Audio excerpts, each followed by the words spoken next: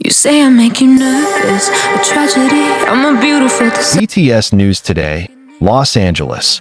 What started as a quiet evening quickly turned into an unforgettable moment when Jungkook, the youngest member of BTS, spontaneously decided to greet ARMY through an unplanned Weverse live broadcast. No production team, no stage lights, no lavish set like usual, just him, in a black hoodie, loose training pants, and unstyled hair. His phone camera, tilted from below, captured the city lights painting the sky red while his voice, calm yet layered with something different, echoed a tone of hesitation, like he had something to say, but wasn't quite ready. The broadcast felt like a familiar and comforting moment that fans cherish deeply.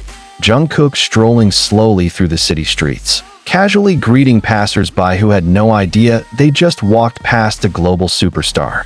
He smiled at the camera, cracked a few jokes, and sang snippets of songs while occasionally whispering, "I miss you all," in a mix of broken Korean and English.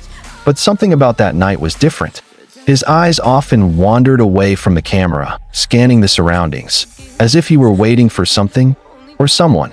Fans across the world flooded the comment section with messages of support and purple hearts, but some began noticing something odd. "Appa, why do you look anxious?" asked one fan. "Is something wrong?" Another commented. Jungkook just gave a soft chuckle and replied, "It's nothing. I just wanted to go out tonight." He took a deep breath, glanced over his shoulder, and suddenly the sound quality worsened. The wind picked up, the signal glitched, and the camera began to shake as if he started walking faster. The once peaceful stream quickly transformed into a pulse-raising scene. Jungkook's face turned serious. He looked at the camera with tension in his eyes. "Wait a second," he whispered, then lowered the phone. All that could be heard were hurried footsteps and the faint wail of sirens in the background. The comments exploded, thousands per second. "What's happening? We're scared. Jungkook, be careful." Suddenly, the screen went black. The stream had ended. No explanation. No warning. Weverse was immediately flooded with reports and panic. The hashtags #WhereIsJungkook and #ProtectJungkook skyrocketed to global trending in just 7 minutes. HYB hadn't released a statement. The official BTS account merely reposted an old photo with no caption. Meanwhile, chaos erupted behind the scenes.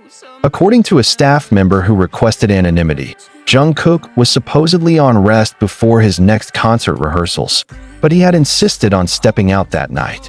He said he wanted to feel the night like a normal person. No one expected that decision would lead to the most dramatic night in the history of Weverse Live. Within 2 hours, various theories started circulating. Some speculated he was being chased by paparazzi. Others believed he spotted someone following him. More extreme theories claimed it was all part of a hidden campaign for an upcoming comeback.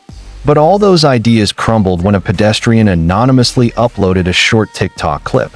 It showed Jungkook running down a street corner, constantly looking back, before suddenly stopping under a streetlight and bending over. His hands clutched his head, as if he were trying to block something out.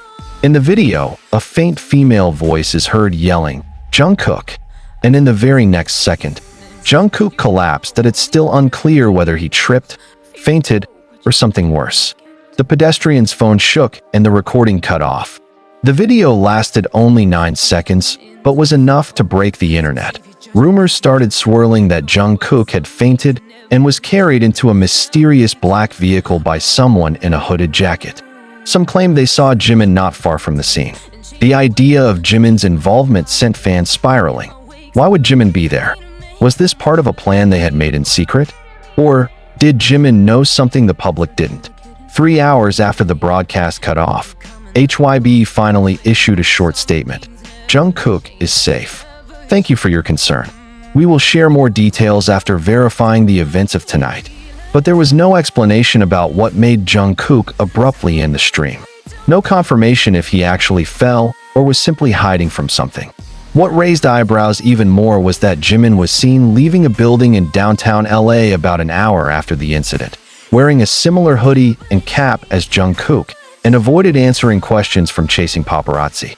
His expression was serious, even panicked.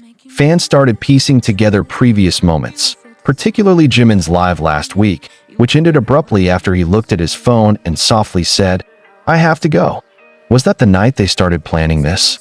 Was tonight the climax of something they've been hiding for a while? The next day, Jungkook finally appeared via Instagram story. He uploaded a photo of the night sky with one word: sorry. That single word raised more questions than answers. Sorry to who? To Army? To someone he met that night? Or for something he's about to announce? More than 24 hours later, a photo surfaced. CCTV footage from a roadside diner showing two hooded figures sitting face to face outside. Their gestures left little doubt: Jungkook and Jimin. The timestamp on the footage read 1:27 a.m., just a few hours after the live abruptly ended. They weren't talking much, just staring at each other. Jungkook seen wiping his eyes multiple times. One of the restaurant staff reported. They only ordered 2 hot drinks and sat there for almost an hour without saying much. It felt like they were trying to understand each other. The vibe wasn't sad, exactly, but heavy, like something big was coming. The following night, without prior notice, a Weverse notification shook the fandom again. Live with Jimin and Jungkook. Millions rushed to join. On the screen, there was only one frame. Jimin sitting on a balcony, Jungkook standing behind him, looking up at the sky. "Thank you for waiting," Jimin began. "We know you were worried, but we're here tonight to be honest." Jungkook stepped forward, facing the camera. "I can't keep pretending everything's okay." That night, I felt something inside me pushing to come out, whether it was fear, pressure, or emotions I've buried. But I wasn't alone. Jimin Hyung knew. He was there, like always. He glanced at Jimin briefly before returning to the camera. "I was scared," he said softly. "Scared of losing myself. Scared of going too far and never finding a way back." But in the middle of that street, I realized something. We all need time to stop, to cry, to feel fragile. And that night, I did, right in front of all of you. Jimin lowered his head and added, "And I will always stand behind him. Not because he's the magne, but because he's human." And that night, that human almost broke. The live only lasted 14 minutes, but it felt like history. Jungkook didn't offer technical details about what made him tremble, faint, or fall. But he gave something rarer: honesty. Not about a comeback, not a new song or performance, but about being a normal human in an extraordinary world of expectations. At the very end, as the two stood and looked into the camera, Jimin's voice trembled. "We don't know if you're ready, but our next concert will be something different. Something very honest." The screen faded to black. Army cried, and the world waited, because that night, it wasn't just Jungkook going live. It was reality, long hidden behind the stage lights, finally speaking. And once that live broadcast ended, the world seemed to pause. It took several minutes for viewers to fully grasp that what they had just witnessed was not typical entertainment. It wasn't a teaser, not a viral drama stunt, nor a clever marketing strategy, like some skeptics claimed.